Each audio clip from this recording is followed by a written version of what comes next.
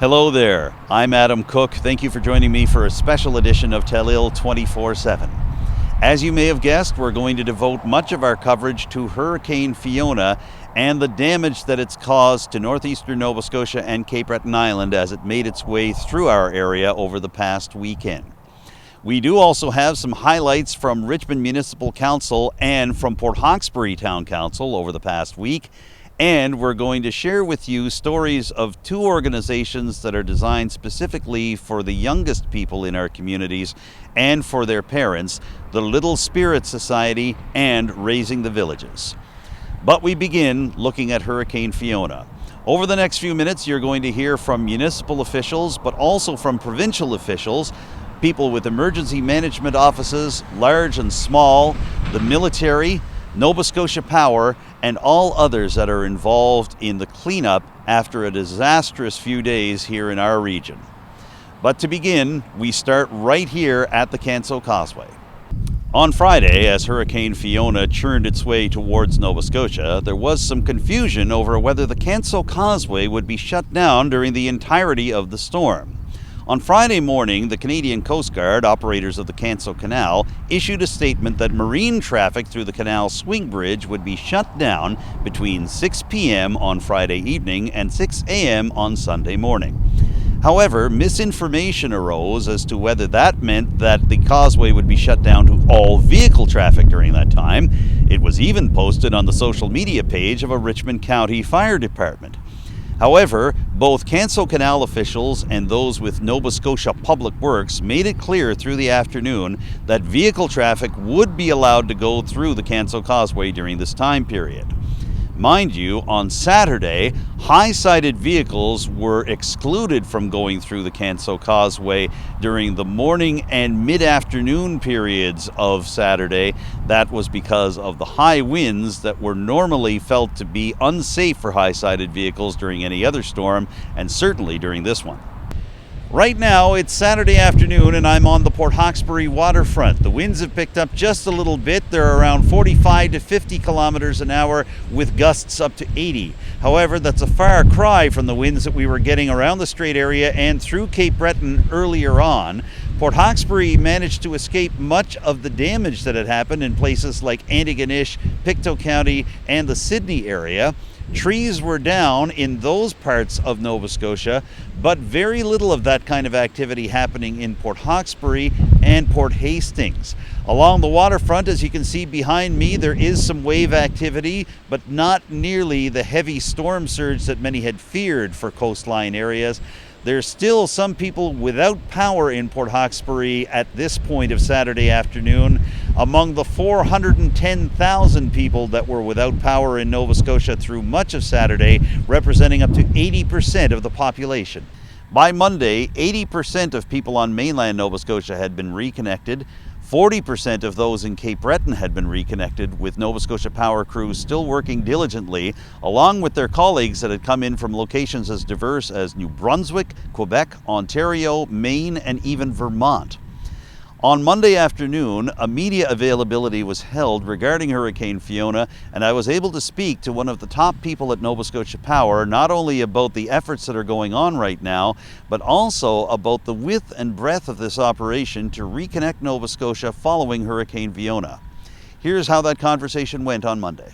We have over 1,000 people on the ground right now as we speak, restoring power, and we have more people coming in every day to help with that restoration. You had spoken earlier about the mobilization of power crews coming in from different parts of Atlantic Canada, from Quebec, from Ontario, from Maine. Is this, to your knowledge, the largest gathering of support crew from outside of Nova Scotia to respond to power restoration efforts following a weather event here in the province? You're absolutely correct. This is the biggest mobilization that we have done in our company's history. This storm had the strength of Swan and the size of Dorian. As everybody has said, it's a generational storm, and our response to that is to respond to a storm of that size. It's been conventional wisdom for quite a while that crews can't safely go out to restore power if the wind is 80 kilometers or higher. That being said, we have been seeing rolling thunder showers coming through Cape Breton Island this morning. Did that impact your crew's ability to be able to restore power in different parts of Cape Breton and northeastern Nova Scotia, or is it still full speed ahead? As you mentioned, there was some lightning this morning. It pretty much went through the entire province. When there is localized lightning, that can delay us getting the buckets up in the air. Thankfully, that didn't last for too long, just a few hours with the lightning. So we did have a few delays in terms of getting buckets up in the air, but everybody's full speed ahead now and making great restoration progress. Absolutely. Our focus right now is getting the biggest outages back on as quickly as possible. So those outage events where the most customers are off. So all of our crews are dedicated on that. Once those are restored, they move into the smaller outages and then into the individual customers from there. The best way to get an update is to go to our website. As soon as the crews get on site and they understand the extensive damage that's in place, they will be updating those estimated restoration time. They will be on the outage map, and that'll give you some perspective. But as I said, the damage is extensive. Yesterday was a big day of getting out and scoping that. We had helicopters in the air. We had drones doing that assessment. And today is all around getting crews in the field, rebuilding those lines, getting those poles up in the air, getting the wire strung, and getting the power back on. I'm filming this on Tuesday morning on Reeve Street, and just behind me you can see damage that's been sustained to the main sign serving the Ultramar service station here on Reeve Street in Port Hawkesbury. That's symbolic of two different things. First of all, this was part of very limited damage that was done around Port Hawkesbury and the surrounding areas as compared to other parts of Cape Breton and northeastern Nova Scotia that had to bear down through Hurricane Fiona over the weekend. But as well, this damage to this sign at a service station in Port Hawkesbury symbolizes fuel shortages that were happening at gas stations all the way around the Strait area and across Cape Breton Island and northeastern Nova Scotia during the height of Hurricane Fiona. That put a real damper on people who were trying to get gas not only for their vehicles, but for generators to help power businesses and homes that had lost electricity. In addition to the Ultramar, the Needs Fast Fuel service station behind me on Reeve Street was also without a drop of fuel for much of Sunday and Monday, although their fuel supply was replenished on Monday afternoon. In addition, the Port Hastings Canadian Tire gas bar was without fuel for much of that time. This forced many people to head across the Canso Causeway to Ald's Cove to fill up at the Irving Big Stop over there. That location was already clogged with customers coming from as far away as Antigonish and Pictou counties, as well as up Route 19 and Highway 105 in Inverness and even Victoria counties, trying to get fuel for their vehicles and their generators. Richmond County also experienced several fuel shortages as a result of supply being cut off from the main terminals located in the CBRM because of that location's power being off. So that meant that as of Monday evening, River Bourgeois and Louisdale were reporting shortages and near emptiness in their fuel supplies. As well, Arishat's Caper Gas, also known as La Goulette à Pape, shut down its pumps 1 hour early at 6 p.m. on Monday evening, reopening at 6:30 a.m.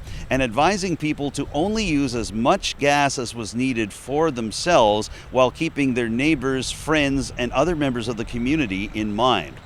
Over in Budladek First Nation, the situation got so backed up at the Expedition Gas Esso service station, as well as Basque Fuels, that at one point public works crews from Budladek First Nation were forced to reroute cars that were lined up at the Expedition Gas outlet out along Route 4, backed up for nearly a kilometer.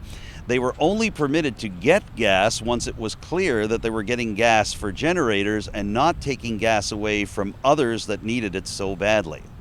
So, how is Nova Scotia's Emergency Management Office dealing with all of this? On Monday afternoon, I was able to speak to Jason Mew, who was with the EMC for Nova Scotia and also taking a part in media briefings such as the one that was held yesterday.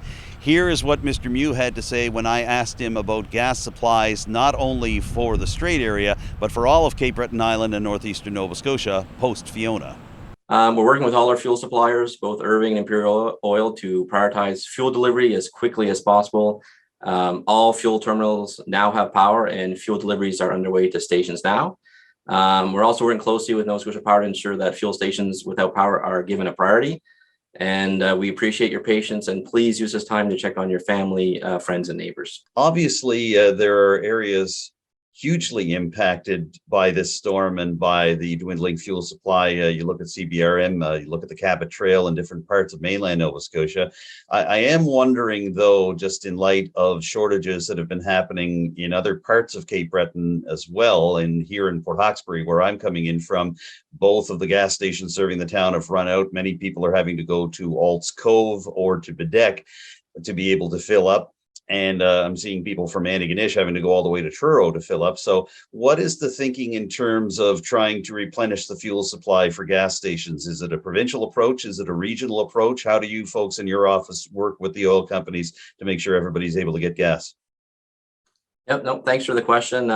We have a great working relationship with Imperial and Irving Oil. They're great to work with, and what really impacted the fuel supply is obviously, well, the storm and the widespread loss of power. One thing that's really is going to help just this morning is that the Sydney terminal now is fully functional. Their power has been restored, so Cape Breton will soon see a lot of local fuel flowing into that region, as well as Imperial and Irving have prioritized fuel deliveries for Cape Breton and eastern Nova Scotia. So it should rectify itself. We're asking people not to make a run on fuel. So if you don't need to be out on the roads and you don't need to fill up your tank, you have half a tank, we just ask those people to kind of hunker down at home and monitor social media. But the fuel supply is going to get better because deliveries are out now and the power's been restored to those suppliers. While some of the most severe damage from Fiona took place in the Cape Breton Regional Municipality and along the Cabot Trail, as well as in Antigonish and Pictou counties and places like Truro, Dartmouth, and Halifax, we can't underestimate Fiona's impact on Richmond County, with everything from road washouts to power outages and damage to homes and businesses. How did Richmond County cope with all of this? For some of the answers, let's go to Monday evening's regular council meeting at the Richmond Municipal Building in Arichat. Here is Warden Amanda Mumberket summing up the situation. I, really wanted to have an opportunity to address the situation with Hurricane Fiona. I know that many people in the county still are without power. I know that internet is still sketchy in some spots. I know it certainly is at my house right now. But I just, wanted to kind of highlight a couple of key points because we've been receiving steady updates from our emergency management coordinator and yourself, Troy, as well as from Nova Scotia Power, just to help us understand the scope of this storm. Across Nova Scotia, there were about 415,000 customers without power during the hurricane. At the peak of the storm, winds reached about 140 kilometers an hour here early Saturday morning, with winds above warning levels for over 14 hours. So it's no wonder we've seen trees come down and shingles blow off of roofs, and specifically in the Cape Breton area, on Cape Breton Island, more than 65,000 customers were without power. But as of Monday at 8 a.m. today, 40% of the customers in Cape Breton have been restored. So they are getting there, but it is an exercise in patience, I understand, for people who still have no power, for sure. The damage, of course, is due primarily to hundreds and hundreds of broken poles and trees on power lines, and you name it. But what I found very startling was the number of people that they have deployed. Nova Scotia Power deployed over 1,000 power line technicians, forestry techs, and damage assessors in the field, as well as hundreds of people behind the scenes to support customers and crews. Additional crews came from New England, Ontario, and Quebec. And in Cape Breton alone, there are over 300 people on the ground doing that work. So it's quite a deployment of people to get us back on track. And I know here in the county, despite being on the job for just a few weeks, our EMC, Stephen Marcellus, and Troy here were staffing our emergency operations center, and overnight, I think they cooked breakfast here in the whole 9 yards. So thank you guys for your efforts, and thanks to all of the departments. I know Public Works and Recreation, you were all working on emergency preparedness. And the fact that we were ready, if necessary, to stand up, I think it was something like 22 comfort centers if they were needed in this county. is something I think we can be proud of. So thank you to all the staff for your efforts on that. I did want to kind of flag, I know councillors, you're probably aware, but also for members of the public, we do have a major road washout in St. George's Channel. And I know that flooding caused closure of the Chapel Cove Road down your way to Brent. So just continue to watch for that, because we're still getting rain, and safety first. I think overall our county fared pretty well compared to neighbors in other areas, especially Pictou, Antigonish, and certainly the CBRM is suffering right now. So just want to express how our thoughts being with the mayors and councils from those areas as they work on the cleanup, and of course with our neighbors in Newfoundland, where we've seen some startling footage as well. Did want to also mention that there is a disaster financial assistance program that was announced today by Premier Tim Houston. And the note that I received from Stephen was that there'd be packages available here at the front desk. So if members of the public do need to access that program, they can do so. And maybe, Troy, maybe we could share some information about it on our website and social media in case anybody would like to download the electronic.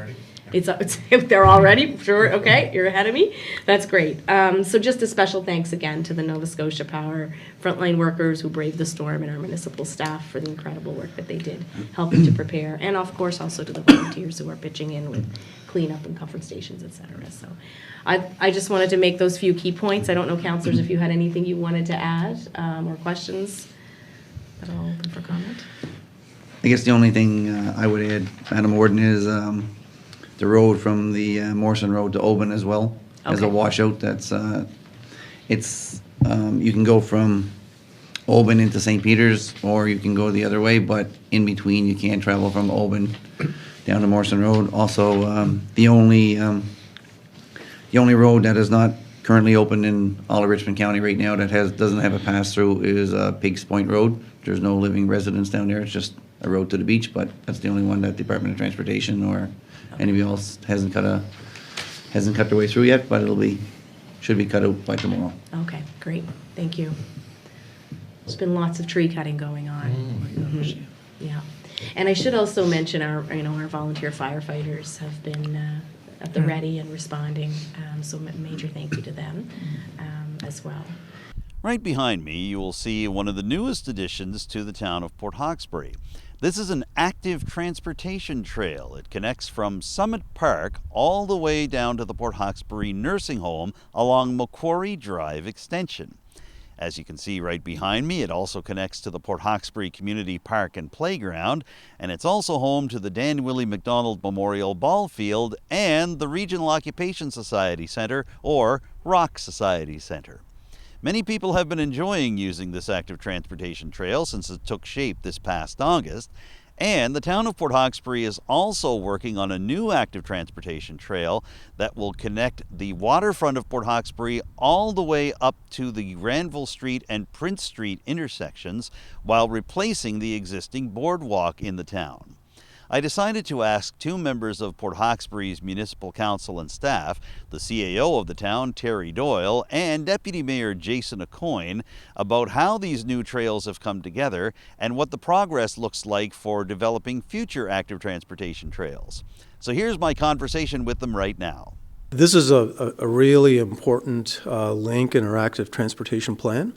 So it connects the town with a very important asset in town. That's our playground, and which includes our baseball field, our primary baseball field, and our soccer field, and it's really a center for families to meet. And so it's great to have active, accessible means of people to walk and bicycle and other means of non-motorized transportation to there. So it's really, we're very happy to be able to complete this link. I mean, all you have to do is look in Port Hawkesbury and you see the difference over the last number of years. It's phenomenal. And not only does it look better, but it's making our town a little more active. People are getting out more often. I go by there frequently, and it's not exaggerating to say you see 5 to 10 times a day people out in wheelchairs going up this new AT trail. And really, that's what it's designed for. is for people of all abilities, and people are getting out. And, we don't do this either without the commitment from all levels of government, and our staff here have been working immense amount of pressure trying to get the grants in order and getting the tenders out. So I think it's just fantastic for the area, and I think over the next number of years you're going to see a lot more, and people will get out and enjoy it. Everything that the town does now, we view under an accessibility lens. So we're trying very, very hard to make the town more accessible and to everyone with all abilities, all ages and abilities. So again, an accessible link to what we hope to become a more and more accessible facility or facilities. So it's very important to us. If you look at the bigger picture, people, when they're coming into the town, it's more welcoming. They're seeing something right from Reeve Street that they can do, something that looks good, and I'm hoping that it'll make them stop and take a look and then see what else there is to do in this town. But the AT Trail is definitely, it shows that we're a more welcoming and inclusive community for sure. So we were able to actually advance a phase or a part of a phase because of some funding that became available. So the priority around that was on our waterfront. So we'll have a phase of active transportation which actually replaces the boardwalk, which has been an issue for maintenance and accessibility especially. So that's we tendered that, closed that in early August, and we're able to award that project within budget to Ocean Paving. So very excited to have our local company accept that work and be able to move forward. And they plan to start work late September, early October as other projects finish off. So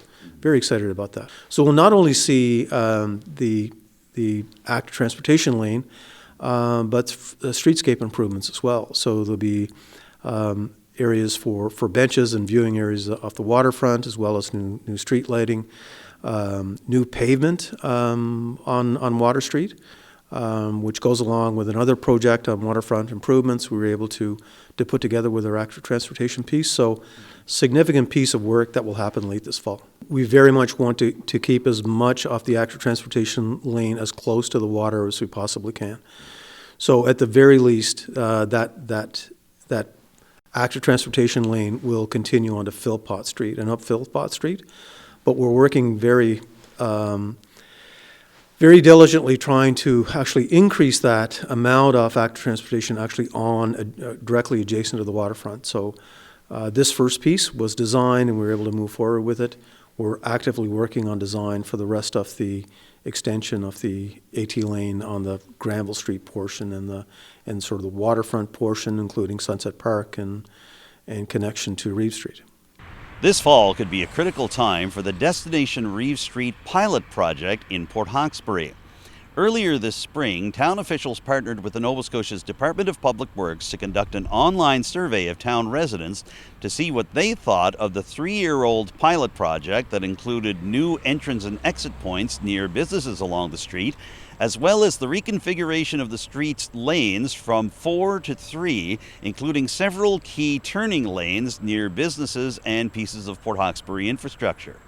Well, that survey is complete, the town has the results, and the town is hoping to get an update from Public Works officials later this fall at a town council meeting to be held here in Port Hawkesbury. Last week, Port Hawkesbury held its regular town council meeting at the Civic Centre's Shannon studio. I spoke to Terry Doyle, the Chief Administrative Officer for Port Hawkesbury, about the progress of the Reeve Street studies and a new traffic count that's still underway. Here's our conversation right now. It's a provincial road with a provincial study that the town is working very cooperatively with the province to complete that study. So we do expect, our indications are that we'll receive the report late fall, early winter period. So what happens after that report from the province comes through? Does town council have the power to unilaterally decide whether or not it's going to keep participating in the Destination Reeve Street project and the road diet? Essentially, what happens next? Well, I mean, there'll be discussion on the information that's presented at that. I can't say what conclusions council will make, but it is a provincial road, and the decisions on how the road will be developed are really a decision of the province of Nova Scotia. We certainly hope that the province would consult with us, and I'm sure they will. But right now we're collecting information with respect to how the road is working, what changes should occur to make, if any, to make the road more safe, and we believe there are changes. But that will be all part of that report. Terry, Town Council received the results of its online survey about Destination Reeve Street just a couple of months ago. I know there were many different topics that came up during this particular survey. Was Town Council and staff surprised by any of the results, or did you folks feel that this was about what you expected in terms of public opinion? I don't think there was any huge surprises. I think some of the observations were consistent with observations that staff had made or that we've heard from the public already with respect to some possible changes, specifically around the Pitt Street intersection, crosswalks, those types of things, that we do believe that there should be some improvements made to the traffic, to the way traffic moves on the street. Overall, I think that that the findings were as expected, and the findings are the findings, and that is really one part of an overall report that looks at a number of things. So public opinion is one piece, but traffic statistics are another, and the sort of conclusions and recommendations how to move forward with improvements are probably the piece that we need the most. One last question on this topic, Terry. The Department of Public Works was set to carry out traffic counts over the summer. Did that process happen, or did it not come to pass? No, so the traffic studies continue. So it's really counting. So that has continued throughout the summer. Right now on Telile 24/7, we're going to take a look at two very different local groups who are examining different aspects of parenthood in our area. In just a few moments' time, you're going to get an update from the Raising the Villages Society. But we begin with a new organization that has taken shape to assist parents that have lost their young children, either during the process of childbirth, during pregnancy, or immediately afterwards. This group is called the Little Spirit Society. Its president and co-founder, Christine Dowling of West Bay Road, made an appearance before Port Hawkesbury Town Council last week, asking for their support in terms of events that are coming up early in October that are relevant to her group. Here is Christine Dowling's presentation right now. Before I begin, can I just get a quick show of hands of everyone in this room who personally knows someone who has experienced pregnancy loss? Do you personally know someone who has experienced pregnancy loss? So basically everybody in this room. So as you can see, this is an issue that affects our entire community. Anyone who didn't raise their hand, you probably do know someone who has experienced it, but chances are that they hid that loss from you. In the past, miscarriage was not talked about. Many of our mothers, aunts, and grandmothers carried their grief in silence. About 1.5 years ago, I came to a point in my grief journey where I realized that I no longer wished to remain silent. I wanted to be able to talk about all my children and not just about my 2 boys who I get to watch grow up. I figured that if I could help even one person who has experienced pregnancy loss, then I would begin to tell my stories. I don't have a background in grief counseling or public health or women's services or public speaking, but I do have life experience. So many women and families have life experience with pregnancy loss. Just on Cape Breton Island, there are thousands of people connected by this common thread. At that point in my grief journey, there was no way to be involved locally in bringing awareness to pregnancy loss or to provide support and a sense of community to those families. Together with my husband John and friends from around Cape Breton, the Little Spirit Society of Cape Breton was formed in August of 2021. Currently, we have board members in Inverness, Victoria, and Cape Breton counties. Our mission is to raise awareness and provide support to women and families experiencing pregnancy and/or infant loss. We have an ambitious goal of creating and maintaining a memorial garden or a green space where anyone can choose to have their child memorialized. So many pregnancy losses happen within the first 12 weeks, and often there are no remains to bury, so a traditional cemetery or graveyard is not available to those families.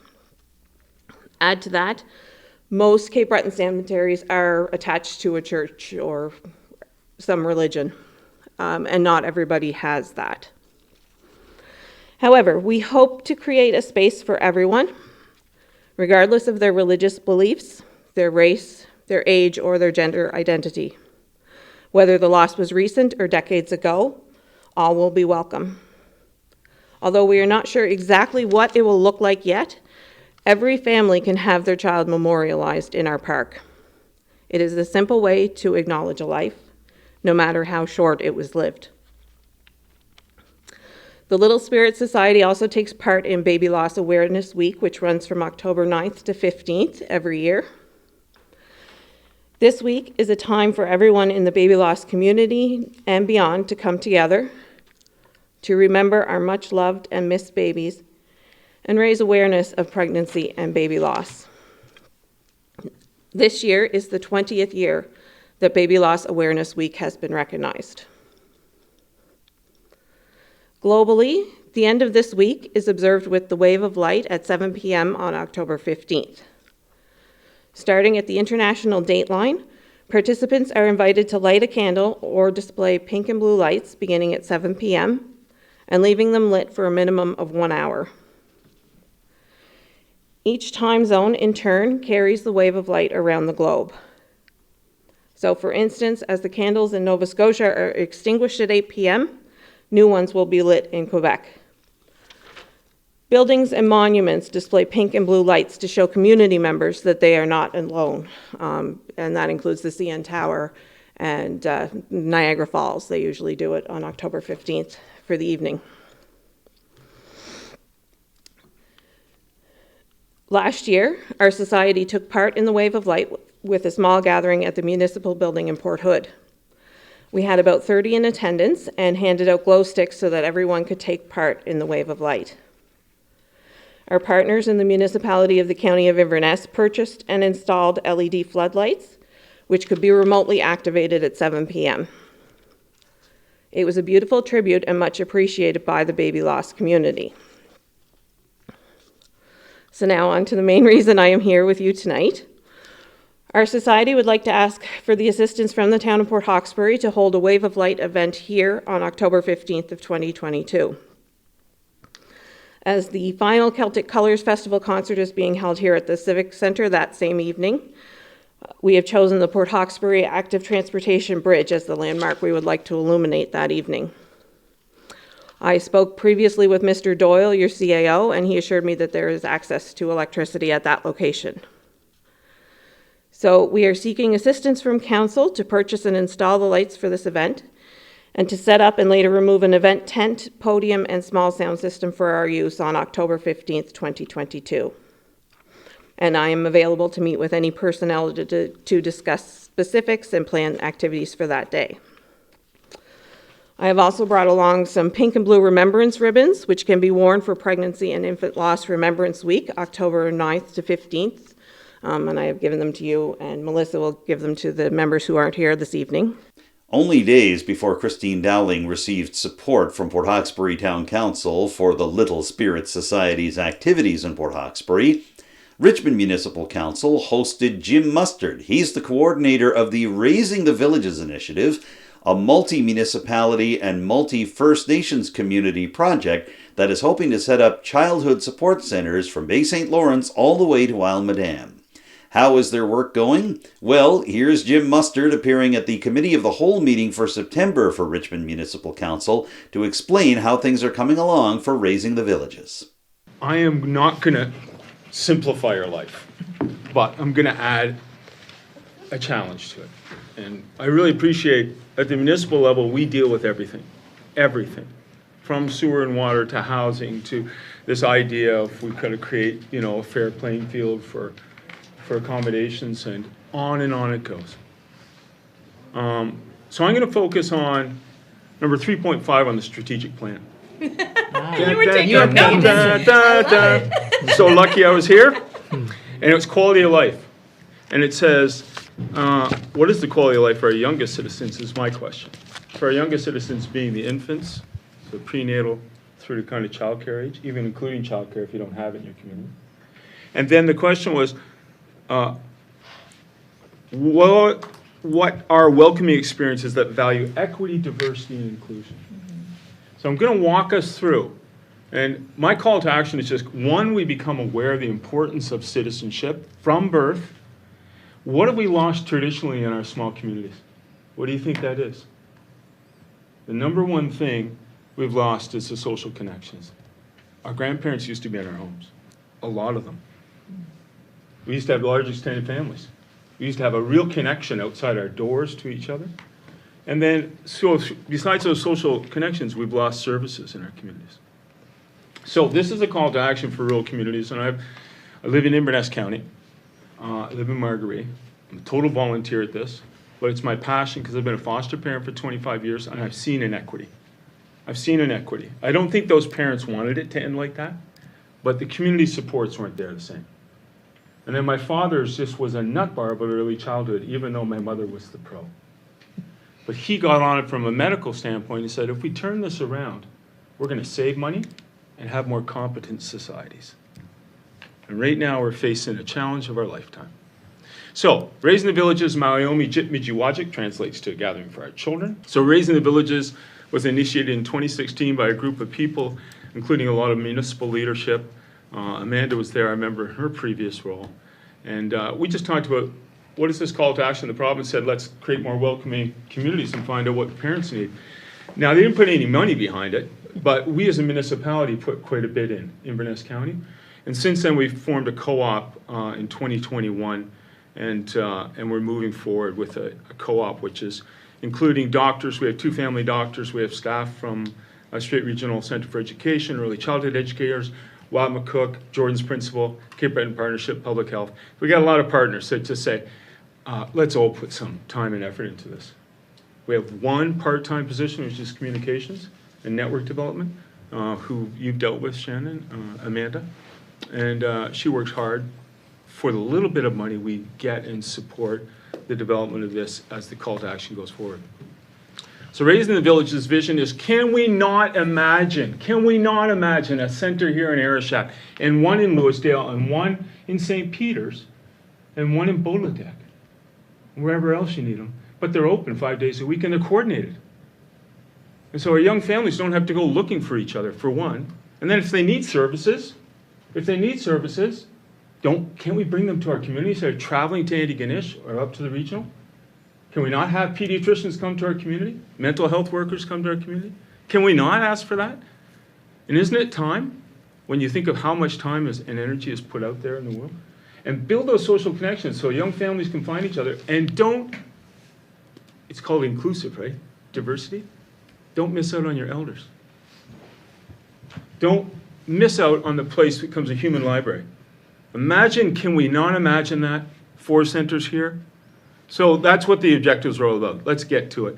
Because here in Western Cape Breton, 30% of our children, it's higher in Richmond County, it was 40% last time they did the EDI. 4 out of 10 children are in the lowest percentile for their social, emotional, physical, and cognitive development in this county.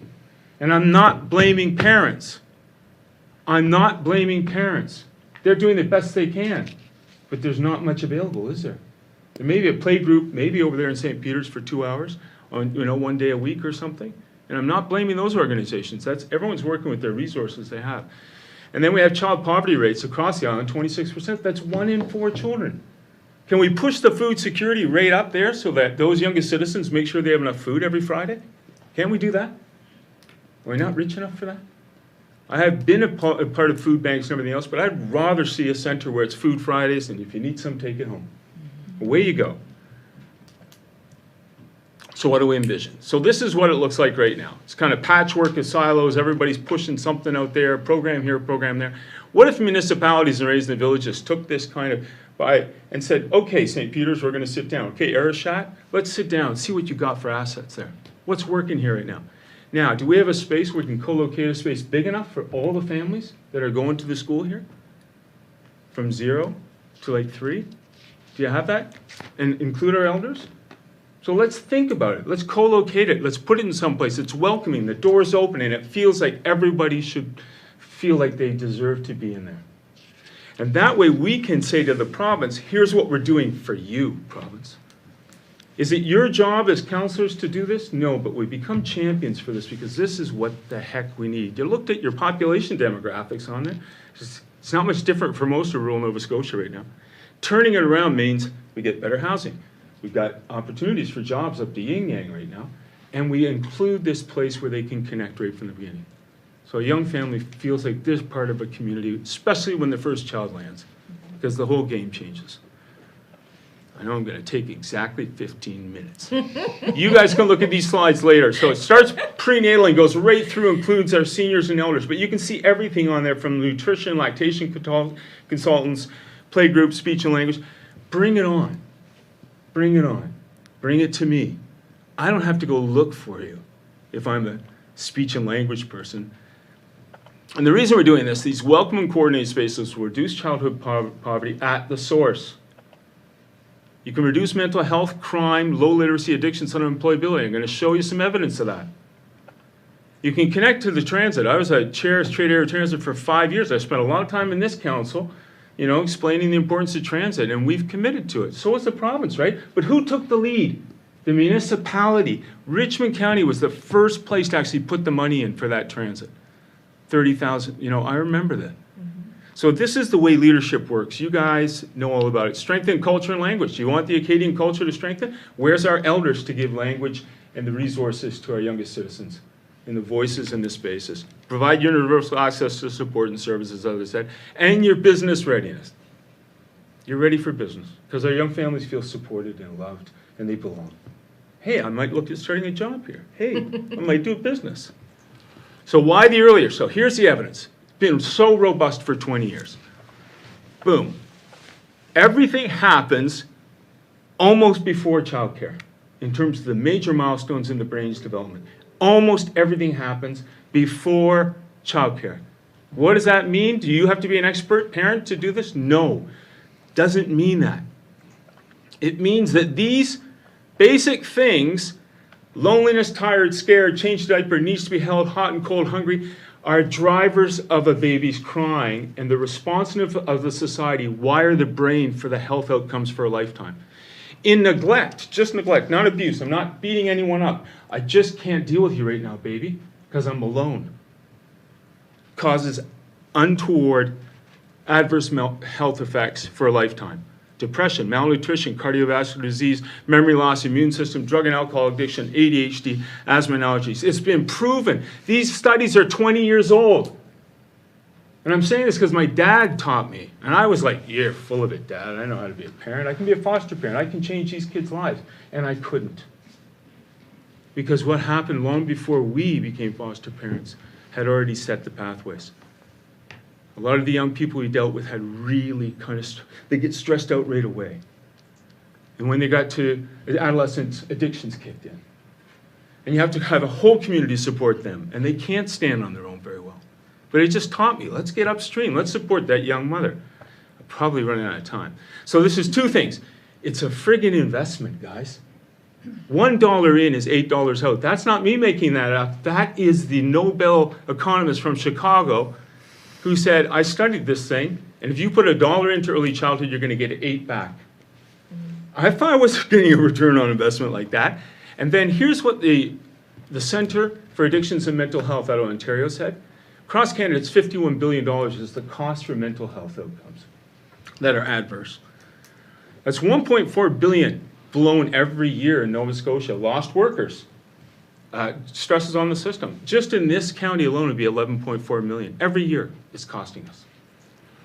And I just went to a funeral for a veteran, and I work with veterans. 36-year-old, 2 children, committed suicide. I thought we were there for him. But once again, it's not blame game. It's just saying we got to do better for rural communities to advocate for what we need. So I'm just saying, if you had a whole system for every elementary school district, had one of these centers in it, it's only $45 to $60 million. What did the finance minister say he had in surplus? 300 or 400 million. And I'm not saying you do it all at once. You build it slowly and build an evidence base for this, but we need to get going. So what if I'm working on with this team is creating center up in Bay St. Lawrence all the way down to Ayrshire on the map there. It includes Polydec. And I'm not even prescribing that. I'm just saying we are working with Bay St. Lawrence now. Their leadership understands it. They've got a room dedicated for reason villages. Now they need the operating funds. For the 2 staff, the heat, the lights, the insurance, come on. You got a whole center ready to go. But they're trying to do everything there, from the clothing store to this, to this, to this. Let's get this together. I'm working with Raising the Villages, working with the Atlantic Summer Institute. They've got federal funding. We're going to be holding a workshop in November, a conference in Port Hawkesbury around infant, child, and youth mental health. What's working and what more we can do. What more we can do is a couple of these models that might support the outcomes, especially if we all get together on this. So that's what we're working on. That's for 2022. We have Shannon working with Lisa Berthier on creating a network, right? And it's a network to really support the people out there doing things and learn. And then we also have Dorothy Bernard, who's a pediatrician, sitting on the board. But this fall workshop is big, and it's going to be followed up by winter workshops that I'd like to take them right into St. Peter's and right into Ayrshire and right into Lewisdale and every other, whatever other communities you feel are important to have this conversation around. So by next spring, we're sitting with the province and saying, here's what we need for a policy. Please just keep us in the loop about what's going on. Yeah, I'm going to send once again a funding proposal in. You guys were very generous last year at $2,500, and just consider it our seed funding investment to get us to the next stage here. Yeah. And that way, I think we're on the edge of something important as we see that the fallout of COVID just is amplified. Yeah. The Strait area got several mentions from provincial government officials who last week made an announcement about increasing Nova Scotia's offshore wind production over the next 8 years. Premier Tim Houston and the Minister of Natural Resources and Renewables, Tim Hallman, announced just last week that the province wants to see the offshore wind annual capacity doubled from the current 2.5 gigawatts to 5 gigawatts per year by 2030. Port Hawkesbury Mayor Brenda Chisholm-Beaton was in attendance for this announcement. As a matter of fact, it kept her from getting back to Port Hawkesbury in time to be able to chair the regular town council meeting and committee of the whole. But Deputy Mayor Jason Aucoin was chairing that meeting in the mayor's absence. Here's what he had to say about the announcement made by Premier Houston and Minister Hallman on September 20th. It's probably one of the more exciting times right now. I mean, we have an emerging industry coming to the area. We have a few players at the table, and this is a global market. And if the Strait area could be the first in the area, the province, or the country to really make that big first step, that would be absolutely fabulous for the area. While you were chairing tonight's town council meeting in Port Hawkesbury, you alluded that the Strait played a major role in the announcement made earlier today. Was that a surprise to you? I wouldn't say it was really a surprise. There's been a lot of work, a lot of time and effort put in from different companies and our task force here and council in Port Hawkesbury and in Richmond County. And, everybody's working together and putting a lot of effort in here. So I'm not surprised that the Strait area is getting noticed. Also at tonight's town council meeting, you brought up that Mayor Brenda Chisholm-Beaton was inviting individual councillors to join her on the new offshore wind task force. How important do you feel it is for Port Hawkesbury to be able to have a seat at that table in discussing these possibilities with other government officials and industry stakeholders? Well, anytime you can be at the table, it's important. And I think right from day one, when the first person came to talk to council here in Port Hawkesbury, we've shown great support, and we'll continue to do so. It's what's good for Port Hawkesbury is good for the whole area, and vice versa. What's good in Richmond County is good for Port Hawkesbury and the rest of the area. Jason, this all comes as Everwind Fuels is setting up shop at the former New Star Terminal site in Point Tupper and seeking environmental approval to get going on a two-phase green ammonia project over the next couple of years. How does it feel to have them potentially setting up shop here in the Strait area as this new offshore wind strategy kicks in? Well, it's pretty incredible when you have some big players showing up in our area.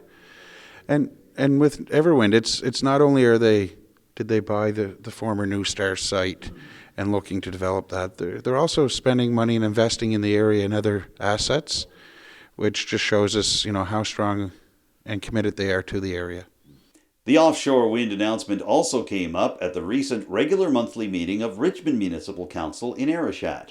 Here's how Deputy Warden Melanie Sampson, who was setting up the Committee of the Whole report for Richmond Council, acknowledged that Richmond wants to get going in terms of its participation on the Offshore Wind Task Force during Monday's meeting in Arishat. The committee discussed the offshore wind and ongoing Point Tupper energy developments. I move that Council accept the recommendation of the Committee of the Whole to request to have a staff member and a councillor attend future offshore wind and ongoing Point Tupper energy development meetings. Okay, so the motion's been made. Is there a seconder? I'll second that. Thank you, Councillor Digdon. Any further discussion? Was there a desire to have a request for them to join that task force? I think that was the intent? Yeah, yeah, exactly. So I'm just wondering perhaps if I should amend the motion to include that we should be not just attending meetings, that we should be assigned to the task force. or requesting a position in the task force. Is that? Yeah. I mean, I think that's what the intent of the motion is, Okay. but if you want to be specific, I think that's fine as well. Well, and perhaps the discussion is specific enough to give detail? Yeah. Okay, all right, that's fine then. Yeah. Okay. So any further discussion? All those in favor, please say aye. Aye. Aye. Those opposed? Motion carried. And we're going to wrap up this special edition of Telile 24/7 with another look at the cleanup following Hurricane Fiona. Immediate availability was held connected to this cleanup on Monday, and one of the key people answering questions was Jason Mew. He's the director of the Incident Management Division for Nova Scotia's Emergency Management Office, and he was answering questions about telecommunications companies in Canada and why they've been struggling to reconnect people in terms of their internet and cell phone service. Here's some of what Jason Mew had to say just a couple of days ago in response to these questions. Certainly, it's been a challenge. The telephone companies obviously are all regulated federally, but we're continually reaching out to those partners for information and engaging them and working with them to try to prioritize some of their restorations with Nova Scotia Power. So it's always helpful when we have those connections in place. At this time, the telcos are working remotely. And we're in touch with them remotely and through Public Safety Canada as they're federally regulated throughout Canada. Some of their towers have battery backup, some of them have generator, but they would be able to speak, more in detail on that. I know some of their towers a lot of those towers are still without power. Some are on generator and some are on battery and some have no power at all. But, we're working with them as much as we can. And it is a difficult situation, sometimes liaising with different agencies, but we're doing our best to put them in touch with Nova Scotia Power and prioritizing those sites so we can get those back up as quickly as possible.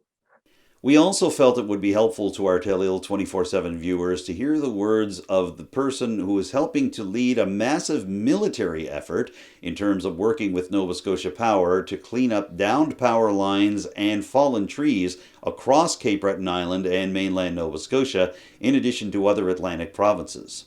During the media availability that was held on Monday afternoon, we heard from Rear Admiral Brian Santarpia. He is the Joint Task Force Atlantic Commander for the Canadian Armed Forces.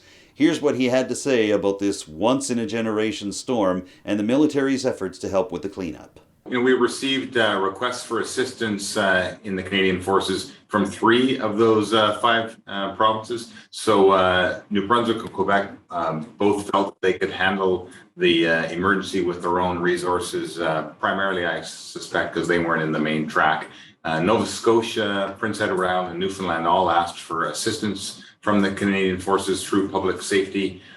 We have been tasked to provide assistance to all three of those provinces by putting troops forward who can help to clear away debris and make the job easier to restore power.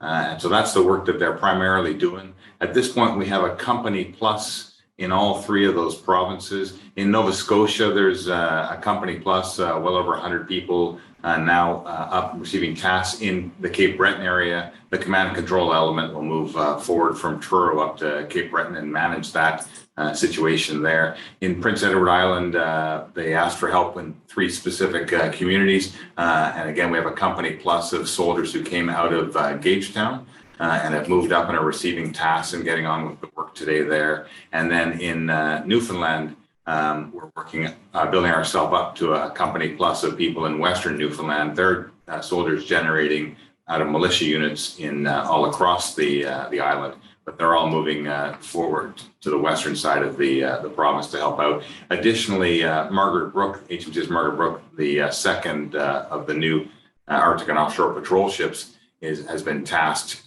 They were on their way back from Nanook, so they were tasked to leave St. John's this morning, and they'll be conducting wellness checks along the south coast of Newfoundland en route to Port aux Basques to see what assistance they might be able to give us in addition to the troops that are going there. So we have quite a bit in reserve. We're working today to understand the scope of the tasks and have the ability to add to all three of those groups as required if we get more requests.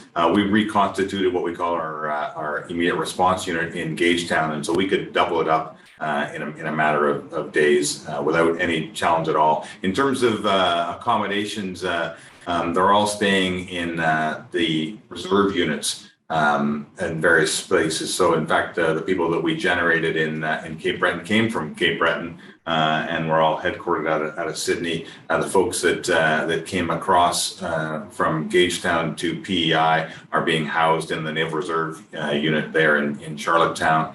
And again, we'll use the reserve units in Newfoundland in order to house folks. So we won't be a burden on anybody when we bring troops in. We'll be able to sustain them ourselves. I was around for one, absolutely, and I think we learned a lot of lessons from that, and we've done a lot of these over the last few years. Each of the immediate response units across the country have pack-up kits that are designed to help out. And so it's the kind of heavy tools and chainsaws and things that they need in order to do a good job of clearing out. What we don't have are the right sort of vehicles to haul things away, and we work hand in glove with the municipalities in order to take tasks on that involve clearing away of debris, and then we work with the municipalities in order to get it loaded onto trucks and to get it hauled away. It's really a case of many hands make light work. But as you say, it's better to have the right equipment, and so we've got the right equipment for those teams now. And there you have it, folks. That wraps up this week's edition of Telile 24/7. Thank you for tuning in, and a big thank you to my interview guests this week, Port Hawkesbury Deputy Mayor Jason O'Coin and the CAO of the town, Terry Doyle. Special thanks to the Telile Community Television crew for filming and formatting the Richmond Municipal Council footage you saw this week, Becky Bourinot, Nick Boudreau, and Callen Cowan. And special thanks to Communications Nova Scotia and the province of Nova Scotia for enabling me to take part in the media availability for Hurricane Fiona that happened on Monday afternoon. And thanks to all those who participated in that media availability as well. If you have any comments on what you've seen over the past hour, or you'd just like to make suggestions for a future edition of Telile 24/7, I'd love to hear them, and you can contact me directly. My phone number is 902-625-8863, and you can reach me by email using the address adamjrcook, cook with an E, @gmail.com. You can also contact Telile Community Television directly with your suggestions and commentary. The station phone number in Arichat is 902-226-1928, and the best email address to use is telile@telile.tv. As always, don't forget to follow Telile on social media. We're on Facebook, Twitter, Instagram, and YouTube. Our YouTube channel features every single episode of Telile 24/7, including this one, along with our sister programs, Roundtable and The Front Porch, and brand new programming that is being produced by our new French language correspondent for Telile, Gabrielle Sampson. For now, I'm Adam Cook. Thank you for tuning in this week to Telile 24/7. Please stay safe and stay warm and dry. We send our best to everybody still struggling with power outages and similar issues this week, and we look forward to seeing you again next week with a brand new edition of Telile 24/7. Bye for now.